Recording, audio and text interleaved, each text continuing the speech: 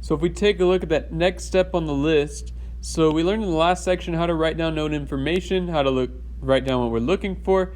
Now we need to write the equation that models it. We're not going to differentiate yet, that'll be saved for this section, but we're going to write that equation that models it. So here's a bunch of geometry formulas typically needed for related rates. I think Khan's going to provide the ones usually that you need. If not, you can always Google the shape and find it that way. I think AP also provides it, but it's good to know some of the basics. So let's take a look at this. The radius r of t of a sphere is increasing at a rate of 7.5 meters per minute. At a certain instant, t0, the radius is 5. What is the rate of change of the surface area, S of t, of the sphere at that instant? So I'm going to highlight something here. Surface area of the sphere. Write the equation he should use. So we're not really writing down the information here that we need. We're not really taking a derivative. We're not really solving. We're just figuring out where do we start with. So we're trying to find the rate of change of the surface area of a sphere. So let's start with the surface area of a sphere. So right here, now they give us the volume of the sphere. I need to find a new set of formulas. But the surface area of a sphere I know is 4 pi r squared. So surface area is 4 pi r squared. I remember this because volume is 4/3 pi r cubed.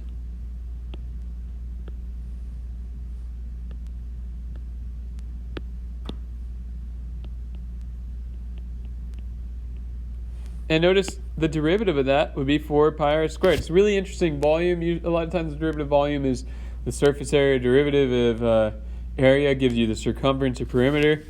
Kind of a cool little thing. So, So this one, if it was asking for the volume, the rate of change of the volume, we'd roll with this one because that's the volume. But we want the surface area, so this one's going to be C.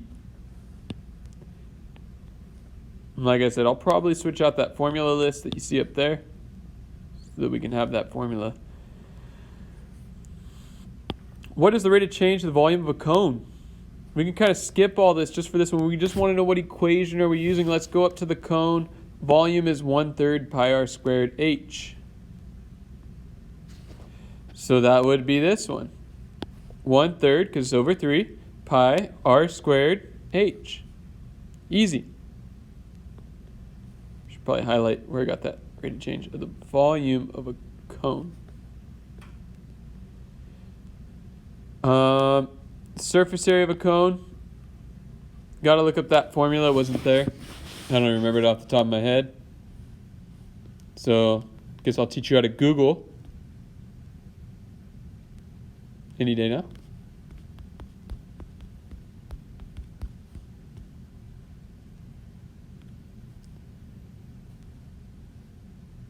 And you can see it right here.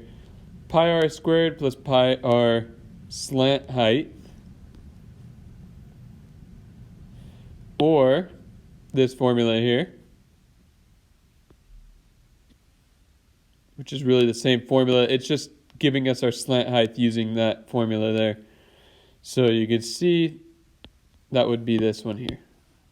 So basically, what equation are we using? What models the situation? We got a great ladder problem. This one's talking about the angle. This is about as difficult as they get, but very important just on the setup. So what is the rate of change of the angle between the ground and the ladder? Okay, so we got to read this one. There's a 15-meter ladder leaning against a wall. So here's our wall. Don't know why we just have a wall. Let's put a wall of a house, right? That was a really ugly house.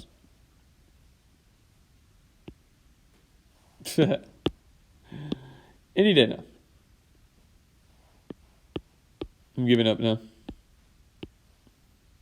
There we go. Put a door or whatever. Okay, so we have a ladder leaning against the house. And it's a 15-meter ladder. The distance y of t between the top of the ladder and the ground, so that's y is this, is decreasing at a rate, okay. At a certain instant, the bottom of the ladder is 12 meters from the wall. So the bottom is 12 meters from the wall. What is the rate of change of the angle theta between the ground and the ladder?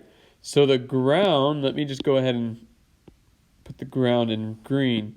That's the ground and the ladder. So the angle made between the ground and the ladder, is right here, right in between those two. So